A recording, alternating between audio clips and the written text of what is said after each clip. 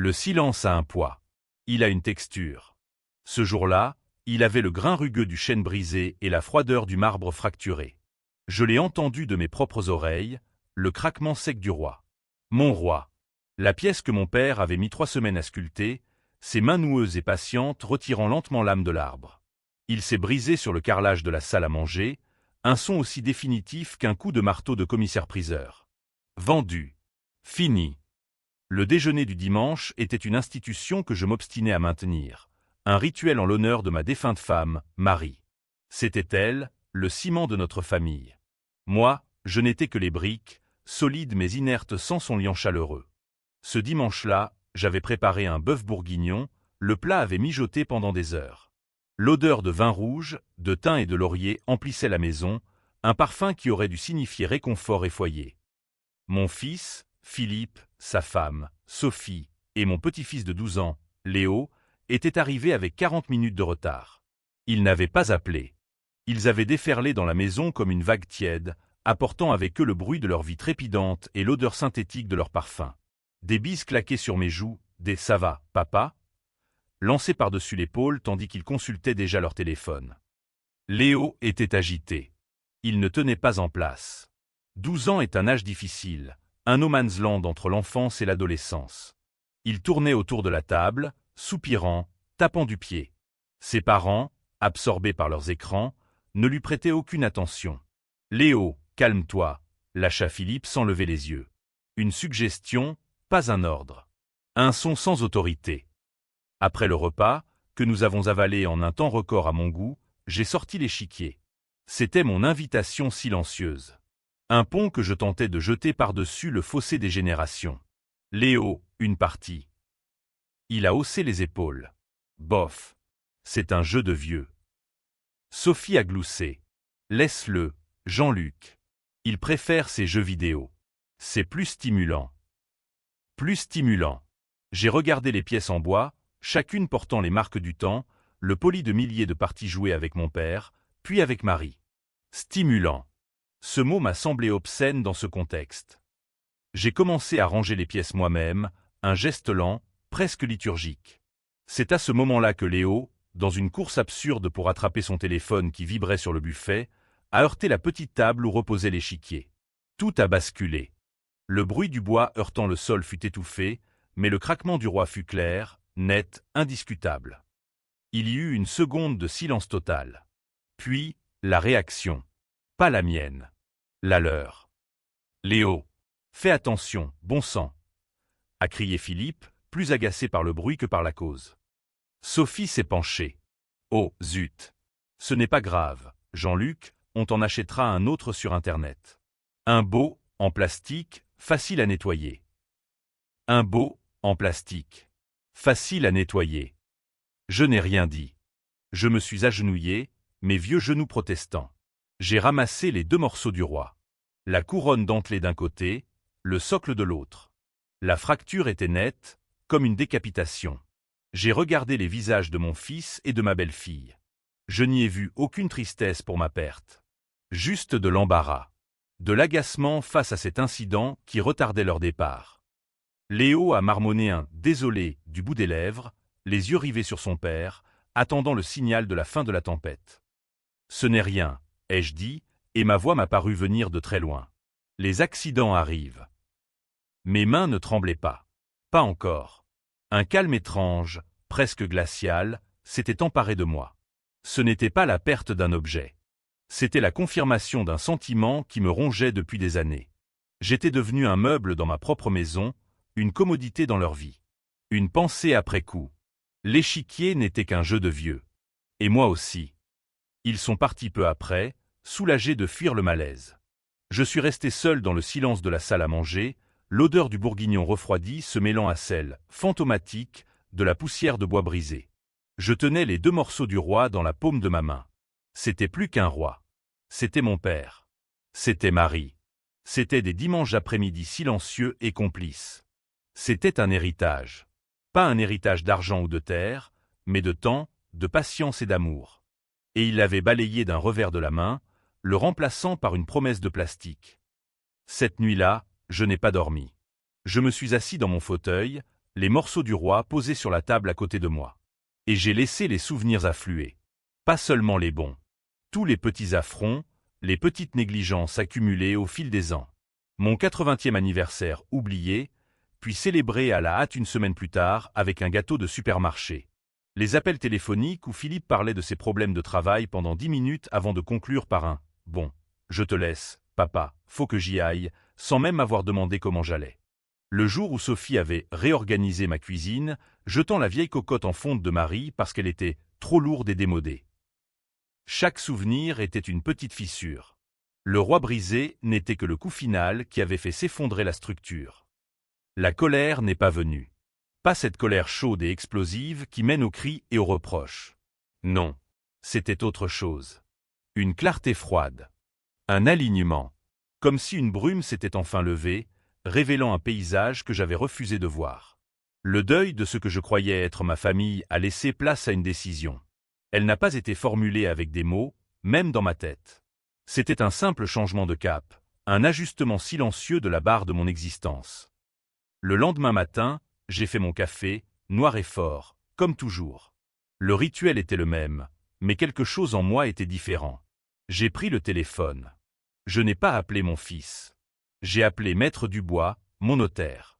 « Bonjour, maître », ai-je dit d'une voix égale. Jean-Luc au téléphone. « J'aurais besoin de vous voir. C'est au sujet du fonds fiduciaire que j'ai établi pour mon petit-fils. » Le cabinet du notaire sentait le papier ancien et le café-filtre, une odeur stérile et rassurante. Maître Dubois était un homme de mon âge, avec des yeux vifs derrière des lunettes épaisses.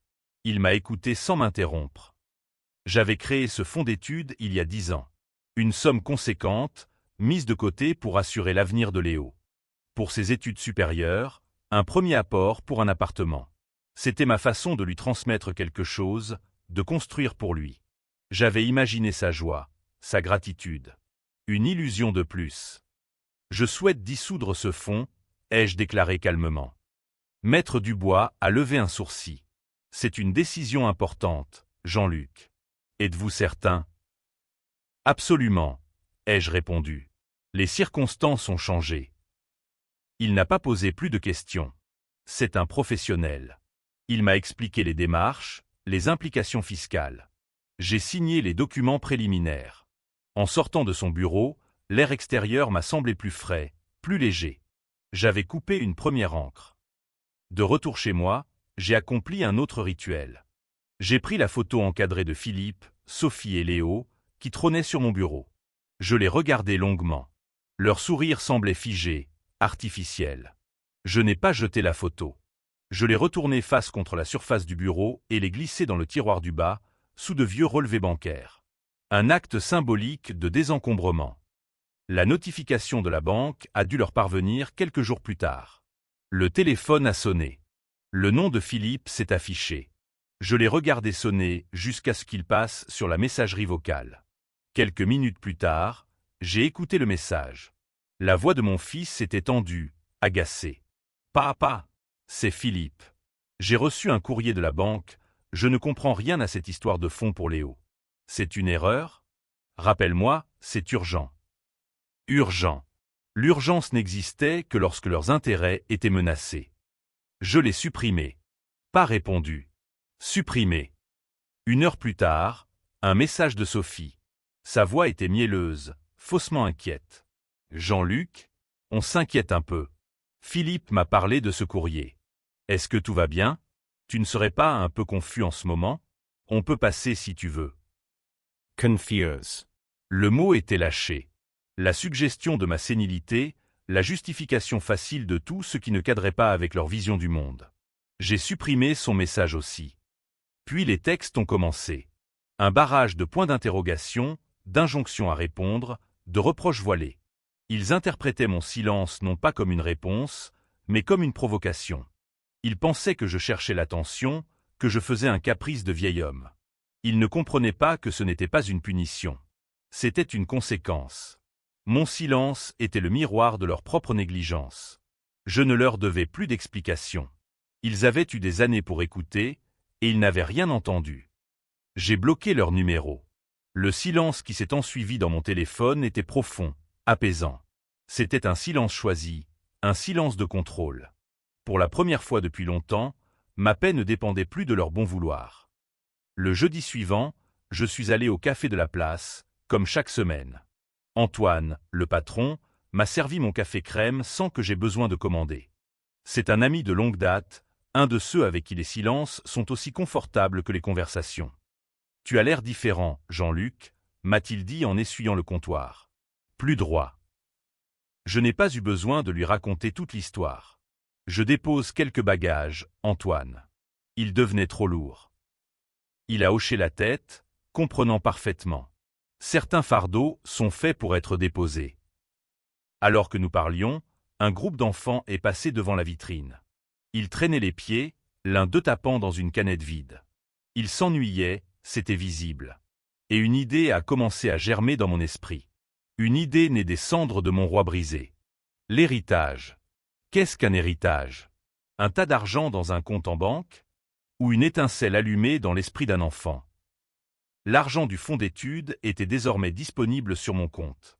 Une somme qui me paraissait soudain énorme, presque vulgaire. Le lendemain, je ne suis pas allé chez le notaire, mais à la mairie. J'ai demandé à voir l'adjointe à la culture et à la jeunesse, une femme dynamique d'une quarantaine d'années.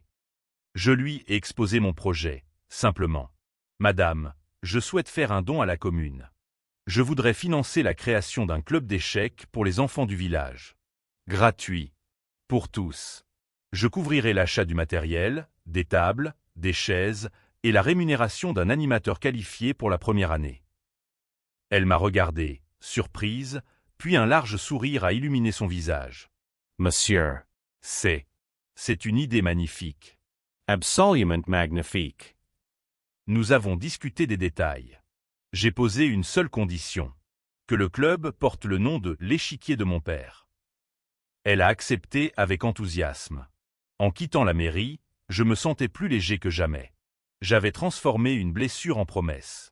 J'avais redirigé un flux d'énergie qui allait dans le vide vers quelque chose de fertile, de vivant.